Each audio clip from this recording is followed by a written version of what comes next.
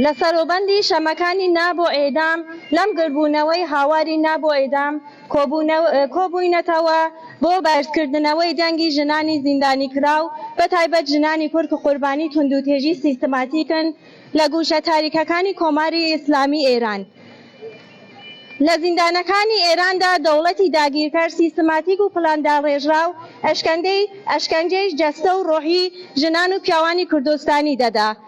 بێبەشبوون لە چارەسەر ئەشکەنجەی سێکسی و دەرونی و جەستەیی و مردنی بێدەنگ وێنەیەکی ڕوونی توندوتێژی پێکهاتەیی دژ بە ژنانە. ئەمە تەنها تۆمەتێک نییە، واقعی تاڵی ژیانی ڕۆژانەی ژنە زیندانیە سیاسی و ئایدۆلۆژیەکانە. بەڵام ئیمڕۆ دەمانەوێت ڕێز لە یادی هەموو ئەو ژنانەی کورد بگرین کە لەژێر گۆشاری دەوڵەتی داگیرکار چاوسێراون. لە نێو ئەوانی تردا با ئاماژە بە شیرین ئەلەمهۆلی گوڵی بەرخوردانی خەڵکی ڕۆژهەڵاتی کوردستان بکەین. شیرین کچێکی گەنجی خەڵکی گوندێکی ماکووی کوردستان تەنانەت زمانی داگیرکەری نەدەزانی تا دەست بەسەر کرا. زۆرجار گوتبووی کە لە زینداندا زمانی لێکۆڕوەر و دادوەر فێر بووم.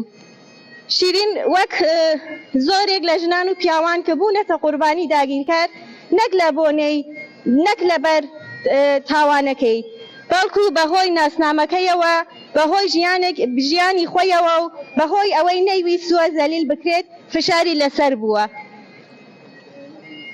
شیرین سمبولی ژنێکە کە بەرامبەر سیستمێکی ژنکوس وشتاوە و نیشانیدا کە ژنی کورد دەستبەرداری ماف و ناسنامەی ڕاستەقینەی خۆی نابێت. بە درێژایی ساڵان لە شار و گوندەکانی کوردستان ئەوەی پێدەورێت لێپرسینەوە زۆرجار گۆڕا بۆ دەستدرێژی جەستەیی، فشاری دەرونی، بێبەشکردن، هەڕەشە و دانپێنانی زۆرە ملی.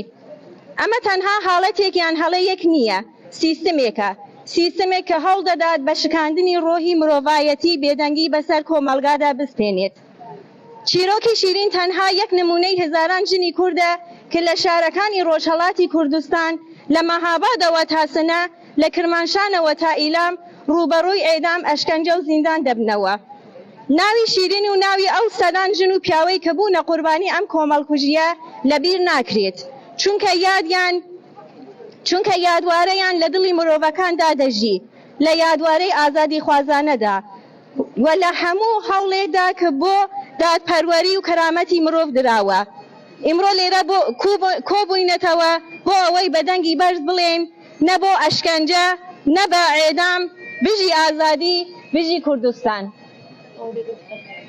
Frau Leben Freiheit. Frau Leben Freiheit. Frau Leben Freiheit. Frau Leben Freiheit. ژن ژیان ئازادی.